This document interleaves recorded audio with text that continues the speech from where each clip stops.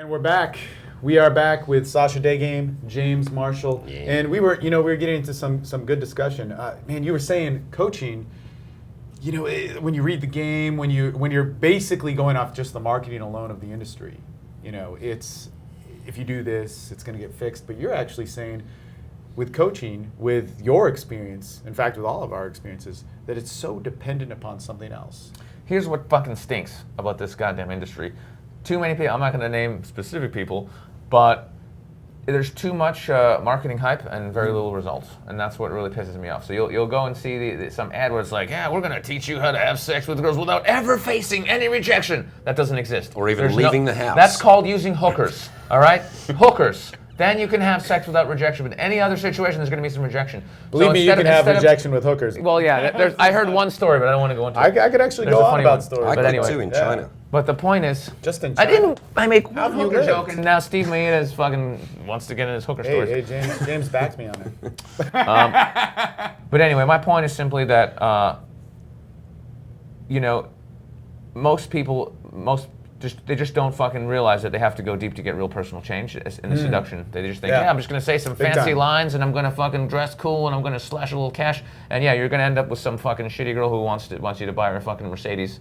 And that's, what I'm saying? But to really get some not even have that, It's just like... Not even get a gold digger. That's depressing. Yeah. Maybe we should because we've had this kind of discussion before, where we're like, some guys are bad and they teach shit. Yeah. But maybe what would be useful for the guys is to talk about, well, if you are looking for mentorship in the seduction realm, what to look for? What should you be looking for? Yeah. Because of course, like if you're a guy who's coming into this and you don't know, and you just look and there's like a flashy ad and it's like, then you're like, I guess that's it. Yeah. Let me bring this up. I was thinking about this. Well, thinking about you because you've never done that route, but you've always done in-field video. And so, what do you think about some of the stuff going on now? Because in-field video is very popular, and this is my opinion, but I think a lot of times it may send the wrong message. You've never done that. Like you've always been like, this is what it is. This is what I'm going to do. This is what I'm going to show you. And because that can be deceiving. Because what I'd say, or the age-old thing is like, well, look at the person, look at their life. Look at the results. Would you want to be like them? Even that can be tough nowadays. Because people can edit their videos very effectively. Make it look like. Or it's like, what are they getting? I was watching one and there was this guy and they're like, this guy can fuck anything, and he's like, boning all these chicks. I know from sexuality, that's great. You should get that result. Every man, I think, can have that. But it's like if you're just showing that and then like. I don't know. I think one of our speakers, was it Socrates? But yeah, it was Socrates who was saying that how you get to a certain goal or result, the path you take is extremely important. And I think he's really right about that. It really resonated with me. I'm sure to some degree some of the manipulation and bullshit that you can do to fucking get girls and bang them, I'm sure that works, but you're becoming a manipulator and a fucking liar. But if you take the harder route and actually deal with your shit and actually become a person you can respect yourself and women can respect, you're just going to have a great life. Because not just in seduction, just in general, people will be like, that's a fucking dude I would have business with, or I would deal with, and that's that's really important. And I think that's something that's overlooked. The path you take really makes a big difference. It does, and that's why I don't edit anything, and I'm just like, this is what I'm doing. There it is. Yeah, and I think any effective path needs to have a large element of vulnerability as well. So.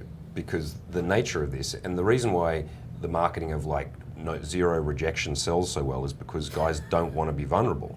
Because they don't want to have those moments where suddenly their ego is stripped bare, or they're being judged, or they're in self-doubt. But I know for myself, even though those things are difficult, those are the points where I really grew. Yeah, it's actually stepping into the fear and having it overwhelm you and being humiliated or being rejected or feeling like a fool or not knowing what to do. When I look back over my seduction history of the moments when I really had breakthroughs or the girls that really changed me, it was the ones where it was a train wreck, where the girl called me out on some bullshit, and I just had to go, all right, I'm full of shit right now, or I feel humiliated, or I just don't know what to do, because then you start digging for the internal resources and then looking for the mentorship around you to help you step through that. When was the last really big time that something like that had happened for you? Because those things are always happening throughout life, and I think a lot of people assume that just stops. I actually remember the last time that happened. That happened when we were in Vegas. When was that? Vegas. Yeah, it was just, we're in Vegas, that was it. I was just like, I was. Are you I was in talking about Vegas after and- DDS? Yeah, okay. We were in Vegas a couple of years ago. Yeah, 2012. And we went to a strip club, which I don't like going to after we'd finished the DDS. Oh, this, yeah. And this girl came up to me, and I was like, chicks approaching. Oh yeah, it's a strip club. That's what they do.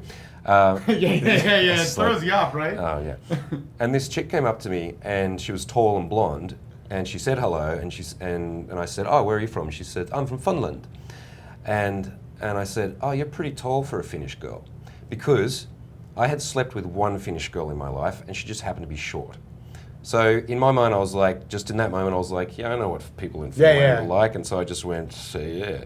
And she said, if you'd been to Finland, it would have been very clear that we're actually very tall people. You're full of shit. And then she just turned and walked off, and I went, yeah, she's right.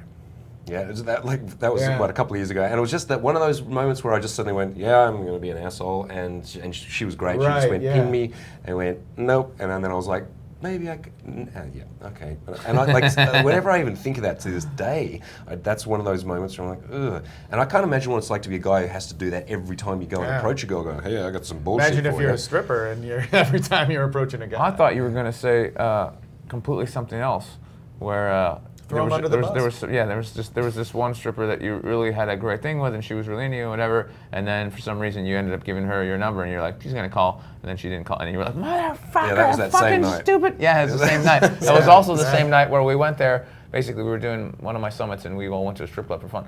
So it was also the same night where I walked in the strip club, and right behind me was Ryan, who only dates black girls. And I came up to this really hot black girl, and I was like, hey, what's going on? And I'm talking to her for a minute, it's going well. And he walks up to me, shocked, and he goes, what are you doing? And I'm like, I'm talking to this girl, and he's like, yeah, but she's black. I'm like, you can't have all the black ones. He's like, yeah, all the black ones are mine. I'm like, well, I said hi to her first. And he's like, yeah, but she's the only black one in here. And I'm like, all right, that's true. Anyway, so Meanwhile, she'd walked off going, whoa. Yeah, and he just ruined it. But anyway, So this was all he in- literally just. I was there this is all too. It one was night. like everyone around. He was livid. He was But livid. He's British, and he's uptight. He's like, I can't believe this, Sasha. This is outrageous. She's like, what the fuck? Yeah, he only goes for black chicks, though. Yeah. And That he's was been- quite yeah. an eventful night. That was a What fun strip night. club in Vegas were you at that only had one?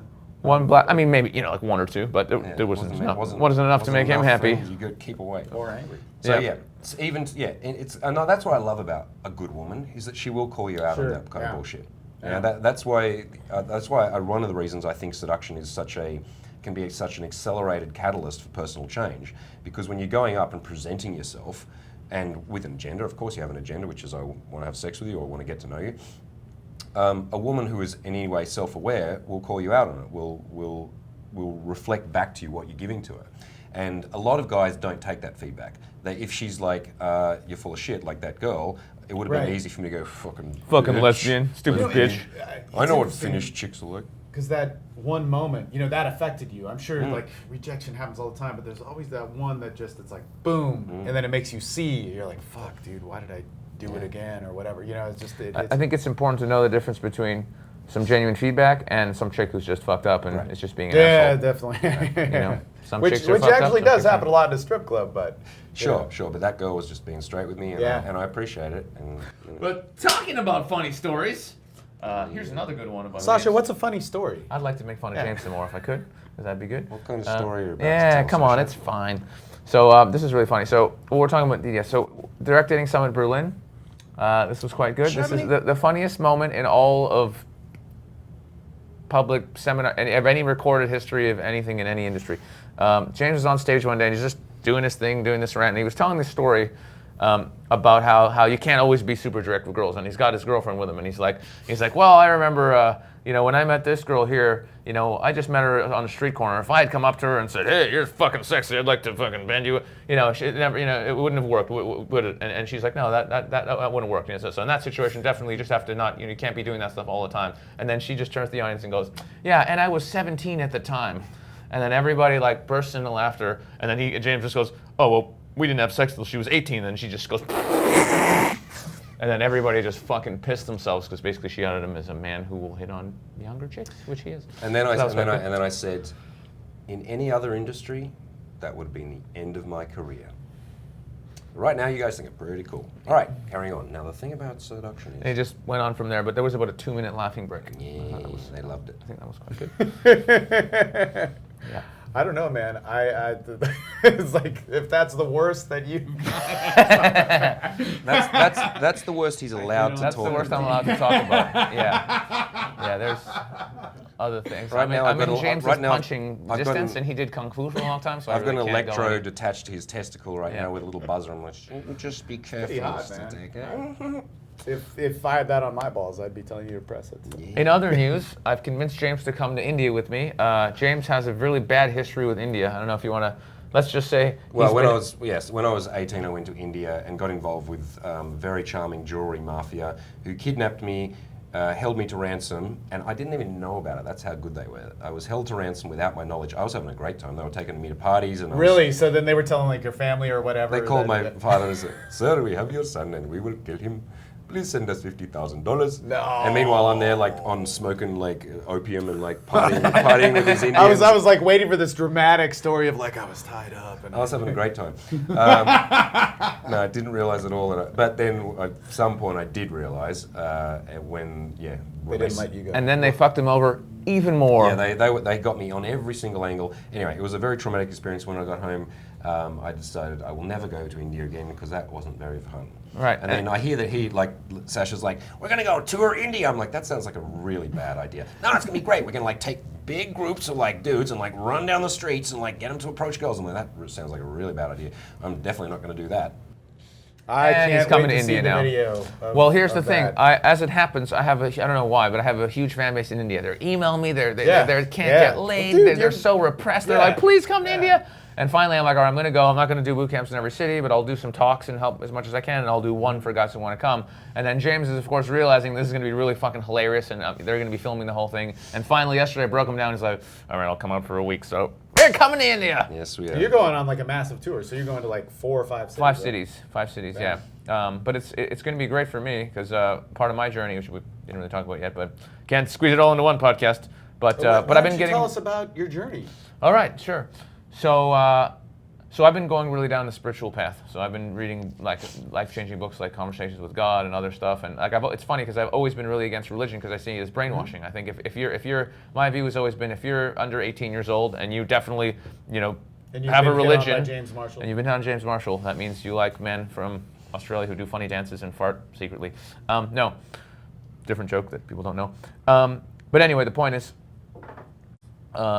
What was the point? What was I saying? I was leading up to Spiritual something. journey. Conversation Spiritual with journey. God. So basically, I always hated religion, and my view was always like, if you're a kid, if you have a child and you've told them what religion to have, and they're like, yeah, I'm definitely this religion, that's brainwashing. You shouldn't be doing that because they didn't make that choice. I think every child should literally be given all the options of all the religions and said, hey, here's all the religions that exist, including atheism and everything else, and whichever one of these you want to follow, you can, or none.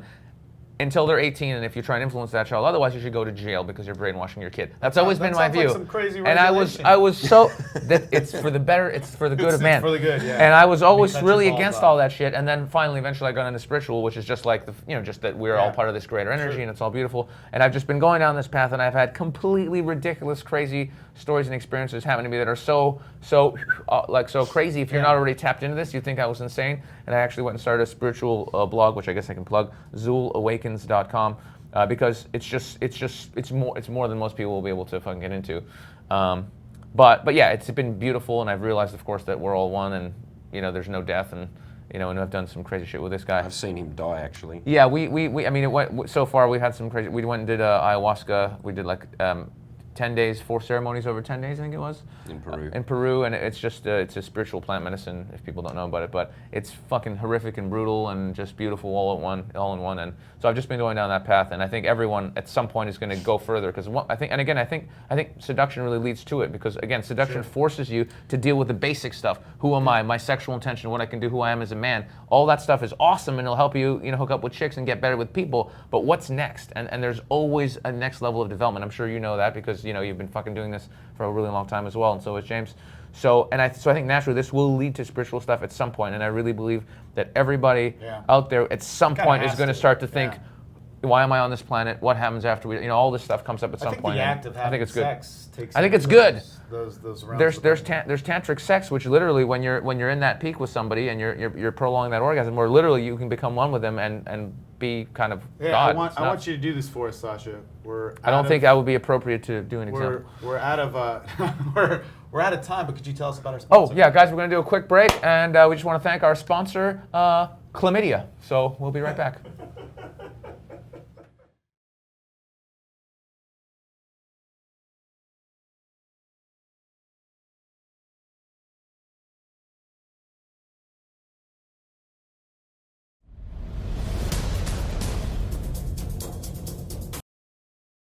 And quite quiet, and just he was just very good at the sexual pressure and intent, but he had Really big time that something like that. so crazy if you're not already. Yeah. More understanding of your mortality, and so that was a big thing. And so,